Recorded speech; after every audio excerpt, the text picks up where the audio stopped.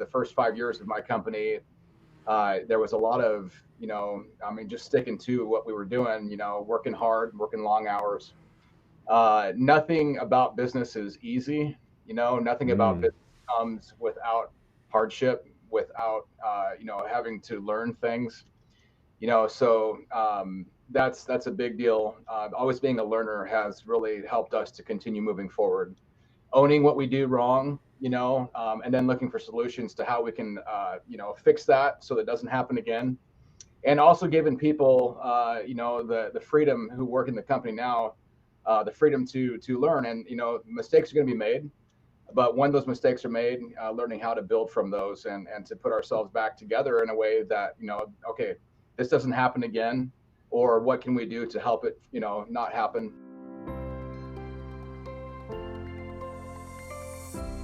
Hi, I'm Jonathan, and welcome to the Home Services Hookup Podcast.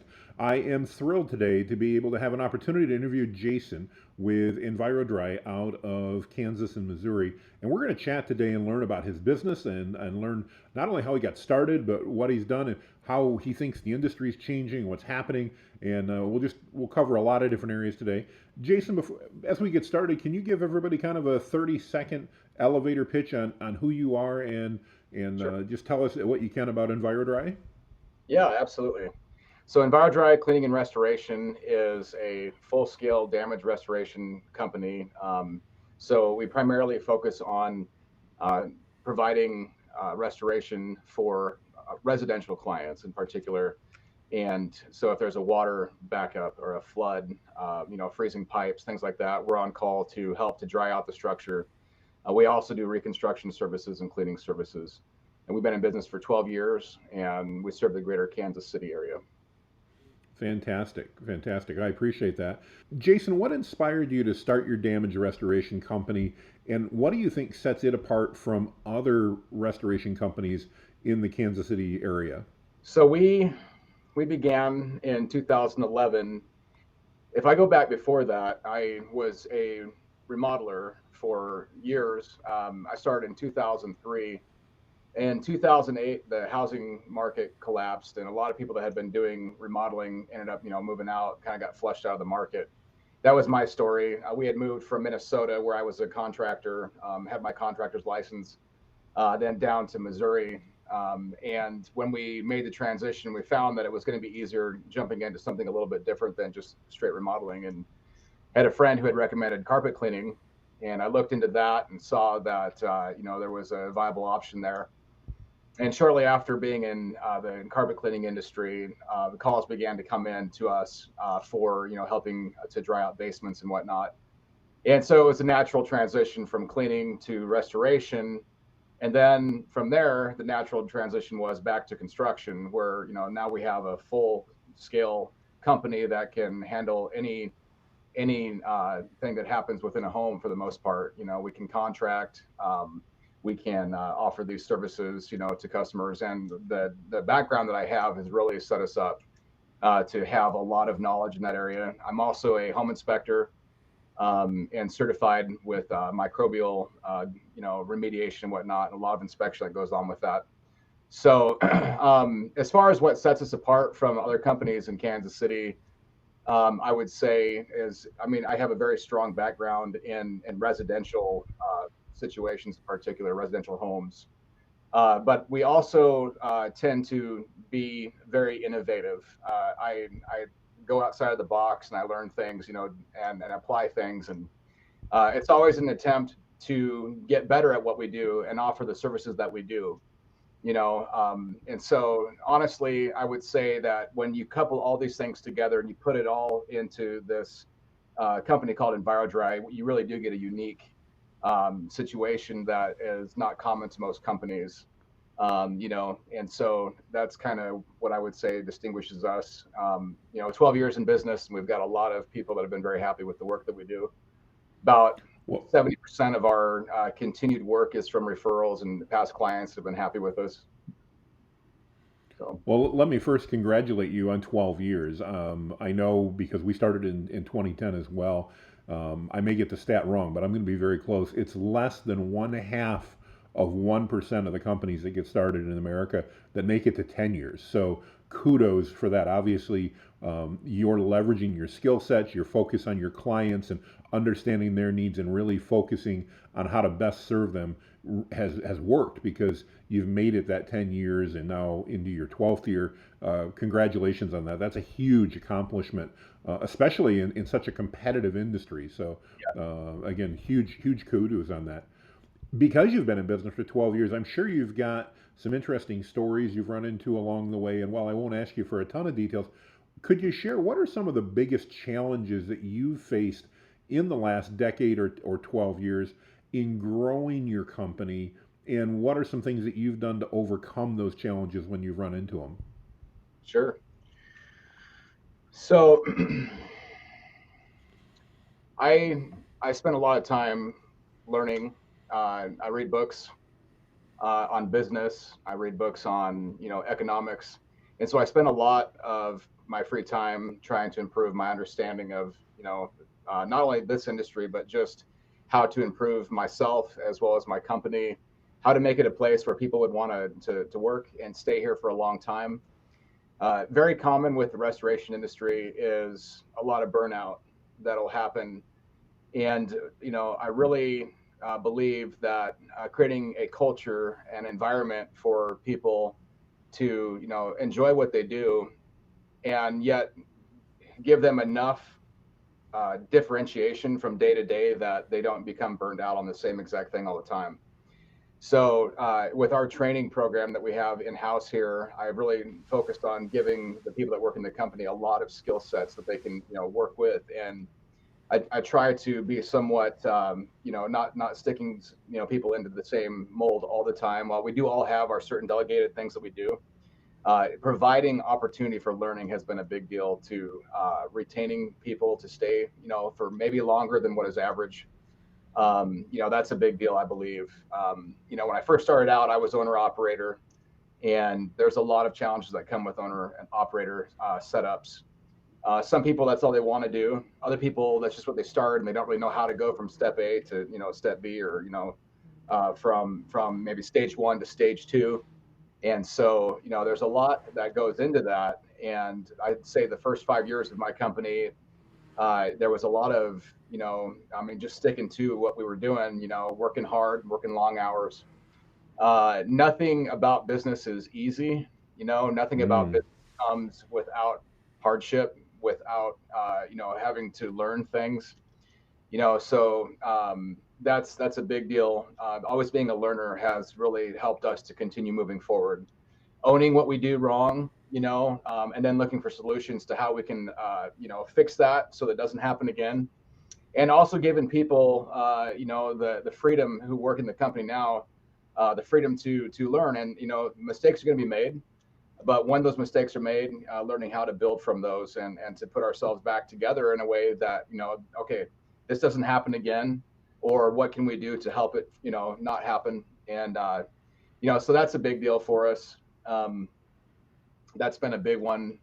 But yeah, just I guess I'd say constantly learning is a big one, and never arriving at this place where I think that I've figured out how to do business, or I think that I figured out the restoration industry. Just we want to be open to change. We want to be open to continued growth, and where we can fix things, we're going to fix them.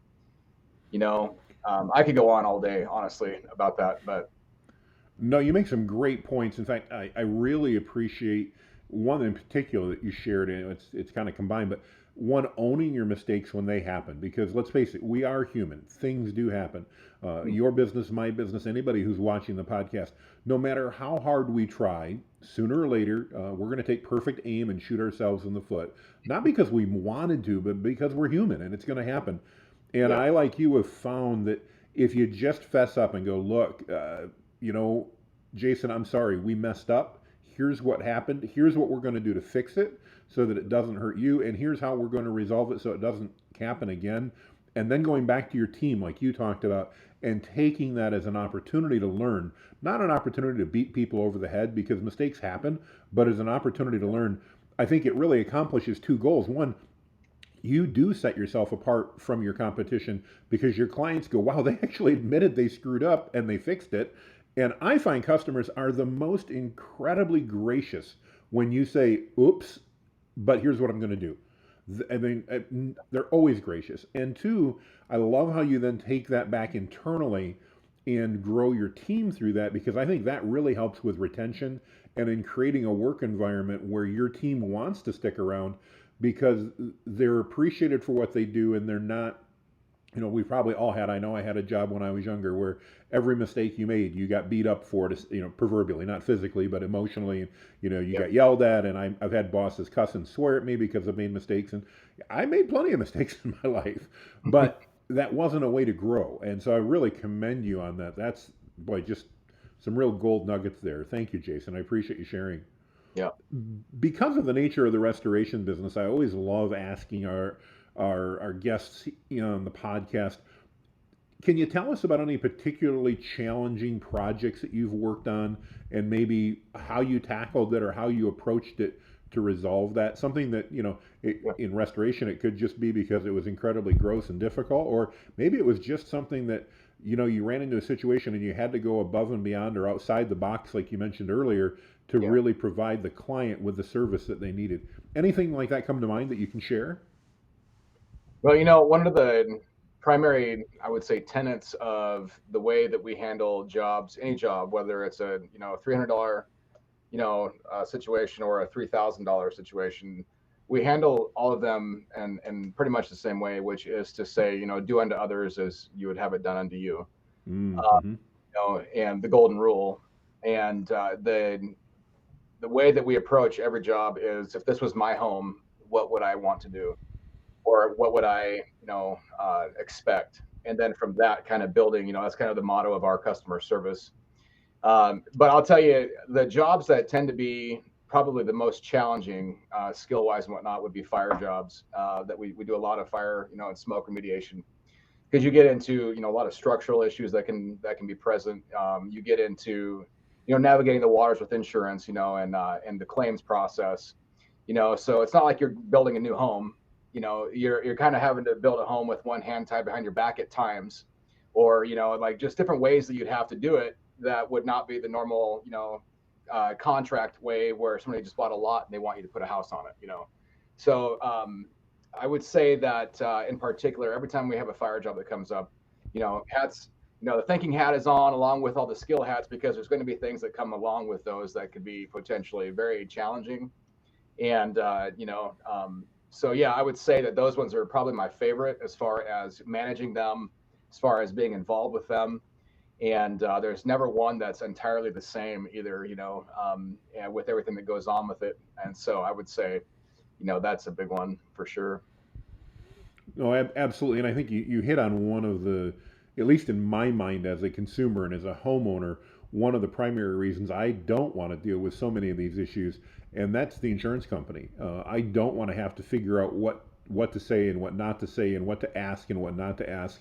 And I've seen across the board that the leaders in the industry, like Enviro-Dry, you guys, because you're there, you know what to do. You know what questions to ask to get the most value back for the homeowner. Let's face it, at the end of the day, the insurance company is always there to get it done as cheaply as possible. That's how they make money. That's how they build their big buildings. I've never seen a small insurance company building. Kind of like banks. They make good money, and that's fine. But I think it's so valuable to have a resource that a homeowner can call on, like yourself and your team, that can say, all right, we've been through this before.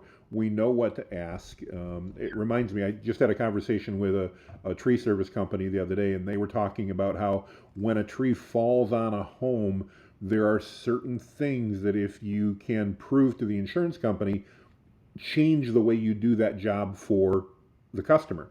And the way you do that job for the customer may dramatically change the amount of rebuild and restoration that needs to happen based upon that. But if you don't know what to ask, you just take the insurance company's recommended vendor, who may or may not be serving the best interests of you, the homeowner. So I love that you share that. That's really great. Yeah, there's always a potential conflict of interest anytime an insurance company would send out, a preferred vendor of theirs. And that is one thing that we try very hard to help educate all of our clients on is when we get on this job site, if you hire us and sign that work authorization, we are working for you directly. We are not working for insurance. And we've also gone out of our way. We've got a consumer guide actually that we've put out to just kind of walk people through the claims process and giving them, Awesome. I think, in my opinion, what has been the best that we've been able to compile as a company to offer to the consumer, whether they hire us or not, just an educated perspective on it. Because, I mean, anybody that's been in the restoration industry for any number of years knows that many times a homeowner has never dealt with anything like a claim, related to a loss on their home. They might have had an auto claim, but the residential claim process can be very confusing to people who've never been in it. And sometimes they may have owned their home for 40 years and they've never had any issue at all. And then out of nowhere, they've got, a basement that is completely flooded from a broken pipe while they were gone, on vacation, and they come back 7 days later and they're completely lost on what to do, So I really see a big part of what we bring to the table for our clients and for just the general public is an offering to look at the situation uh, from the perspective of how do I get my house back into that pre-loss condition as best as I can without having to fight for it, because that's why Absolutely. insurance is they should not have to worry about whether or not they're going to be covered on those situations if they do have coverage. So yeah, I mean that's a big part of what we do is really do our best to help push for their right to be reimbursed on areas where they do have the coverage for it. No, that's awesome. Well, I want to take a little turn here and move back towards just one of the things that I think in the home services industry we find so cool, and that's some of the tools we get to use and techniques and new Yeah, things like that. Talk to me a little bit. How do you, as a company, there's so many different tools, and I know the last time I was at a show, I was just amazed at the number of different vendors, saying, hey, our solution's the best and all that. How do you, as an owner, how do you stay on top of the right tools, the right best practices, and the things like that that you're going to use as a company? And do you have any favorite brands that you guys really have found you can trust? sure. Well, in the restoration industry, there's a good number of very popular brand names that are out there, and they pretty much dominate, the industry. There's Dry-Ease, there's Phoenix, there's Cyclone, there's a number of them. And I would say, my experience has been they all are good. Hmm. They do for us what we need them to do, which is work on the job when we're not there. A big part of restoration is the money that we make on the equipment running, and it's serving a purpose. It's taking care of the situation we're not able to be there, and a lot of equipment gives us the ability to be involved in multiple areas or take on a larger situation for a property owner that's going to have a need that would be of a magnitude greater than maybe what some smaller companies can offer. But I would say I mean Phoenix equipment is probably my go-to and my preferred. Dehues, fans. I don't mind Dry-Ease. So it's funny starting out. You kind of start just buying whatever equipment you can find that's used here or used there. So I have a pretty good from when we first started, a pretty good mixture of different types of equipment and whatnot. And they've all run and done well for us. I've never had one that I just could not stand or one that I was just gravitating to all the time, and they seem to constantly be updating as well. So that's one of the things that's good about the equipment industry also is they're doing their job. They're doing their due diligence to keep up, and offering us the best thing that they can offer. Even remote, situations where we can have our DHUs reporting to us and things like that. But at the end of the day, a restorer they have to provide heat into on a water restoration. If we have a water loss, we have to be able to provide heat, dehumidification, and airflow. Those are the three components that we have to be able to control as well in order to remove water from a structure. And having the ability to use various types of fans that might give us different, velocities, and having DHUs that might be for smaller enclosed spaces versus a large space. I mean, it enables us to do our job, and so I love the equipment. I love learning. There's big trade shows around. I've never gone to them, because I'm just always in the middle of the, in the world of restoration, as it were. But I know there's a lot of good opportunities out there. We've always benefited from a connection to Aramco and Interlink and John Don. Those are the ones that we've always had connections to, and they've helped us, throughout the entire 12 years that we've been going. I can't say enough Awesome. about either one of those companies. Well, I appreciate you sharing that. That's always good to hear and hear Yeah. somebody's perspective. Also, love hearing that, for the most part, they've all served you well and nothing's let you down. That's great. I love how you describe, though, those three things you need in order to dry a house out in particular.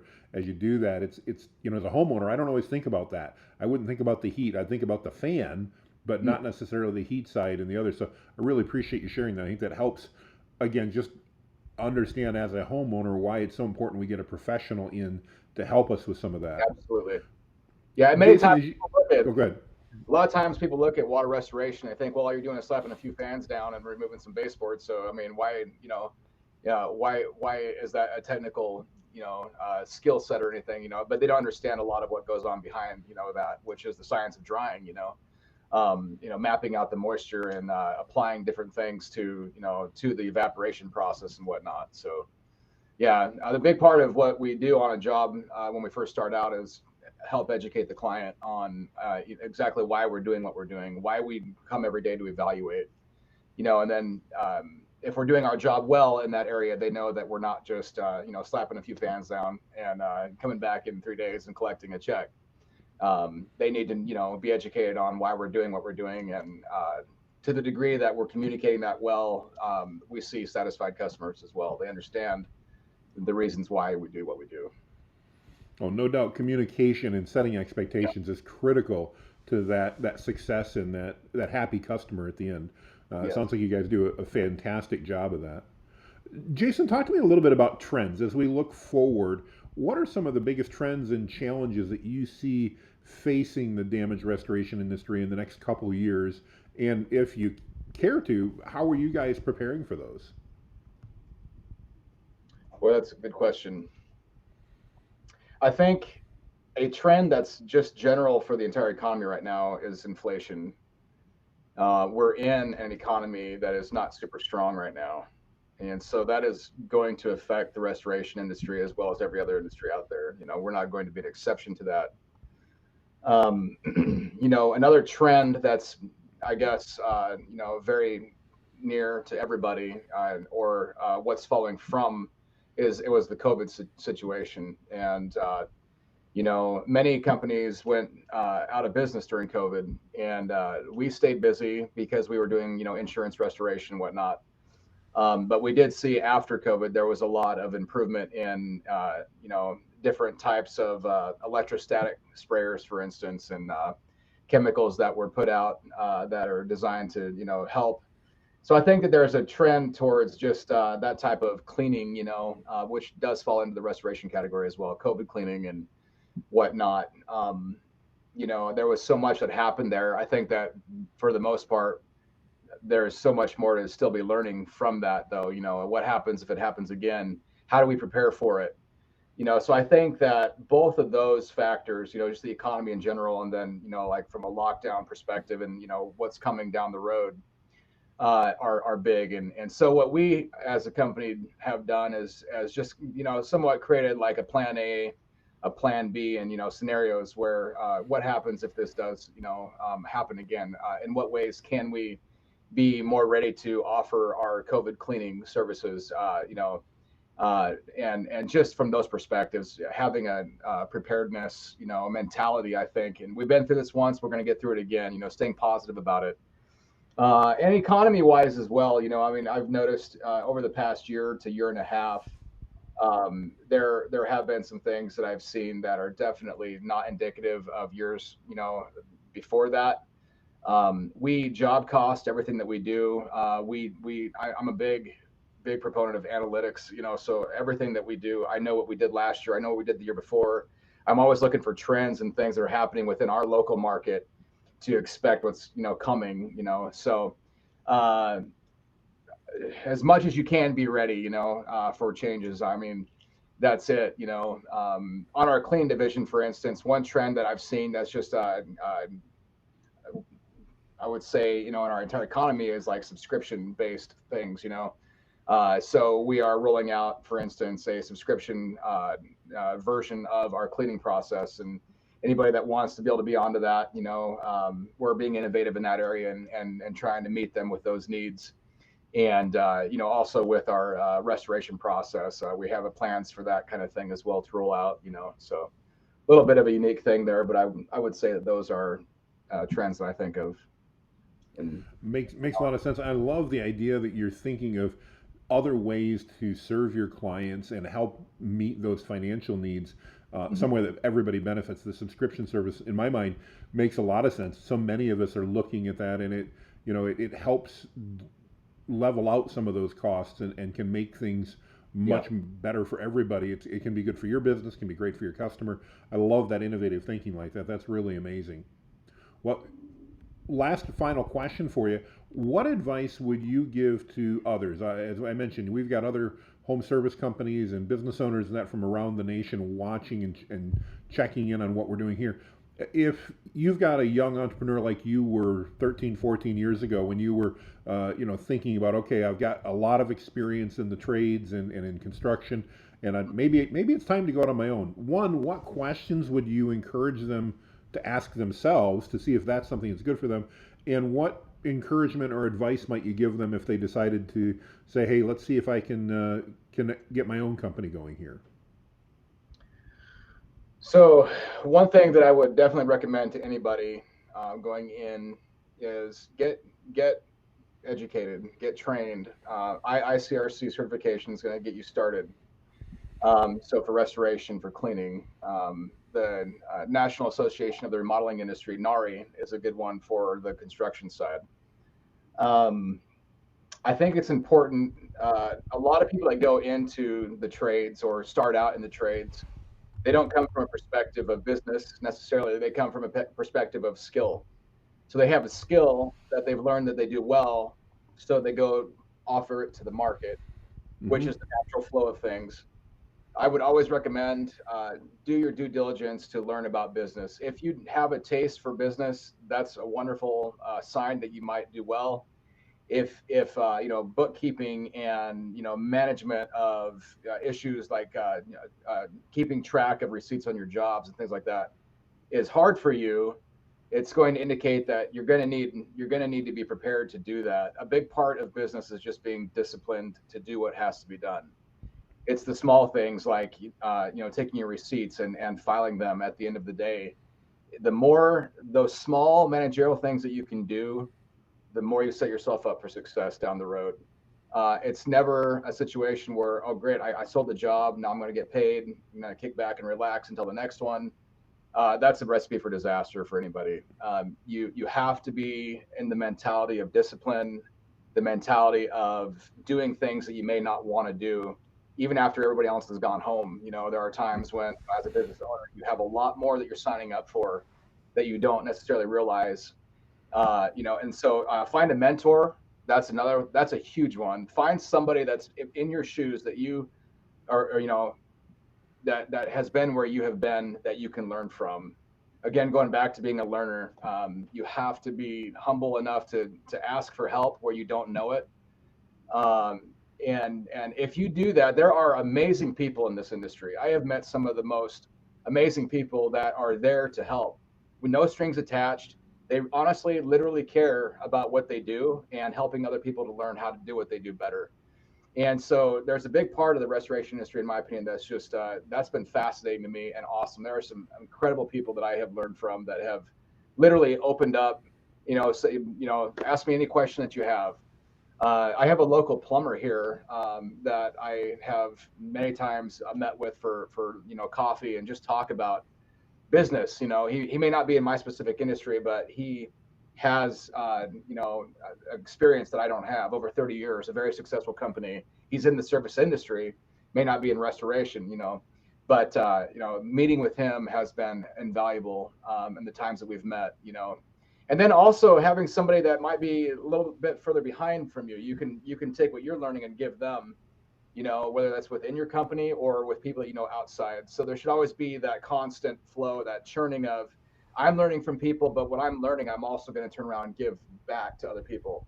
And just that mentality, it creates a better atmosphere for the entire industry, in my opinion.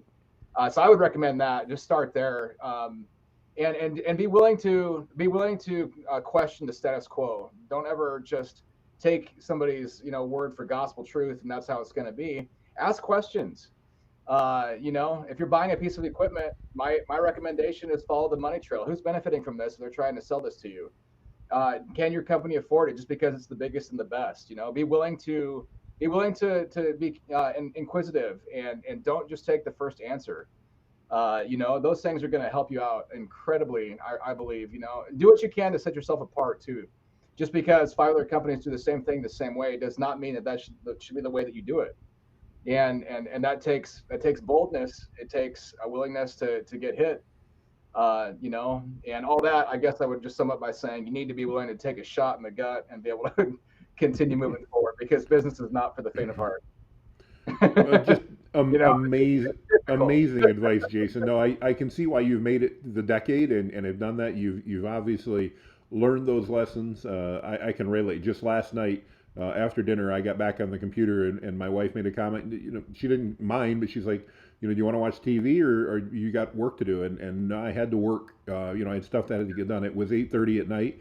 Oh, that's fine, but that's part of being an entrepreneur and a business leader and owning a business is sometimes you just have to do what needs to get done. Yeah. And certainly, while it's incredibly important to surround yourselves with a great team, and you certainly have done that, I also love the idea of finding what I would call, and I don't know if I don't want to put words in your mouth, but an abundance-minded mentor in a similar but not necessarily competing vein. So, that plumber that you're talking to as a mentor, yeah, obviously he's got an abundance mindset. He's not worried that he's going to share something with you that's going to take away from his business, and Yeah. he's not in your exact business, but he's in one that's close enough related that the experiences that he can offer can really be relevant to what you're doing and possibly save you years of pain and error that you can Yeah. just jump ahead because of the experience that they're able to share. So just I think really golden advice and tremendous wisdom. So thank you so much for sharing that.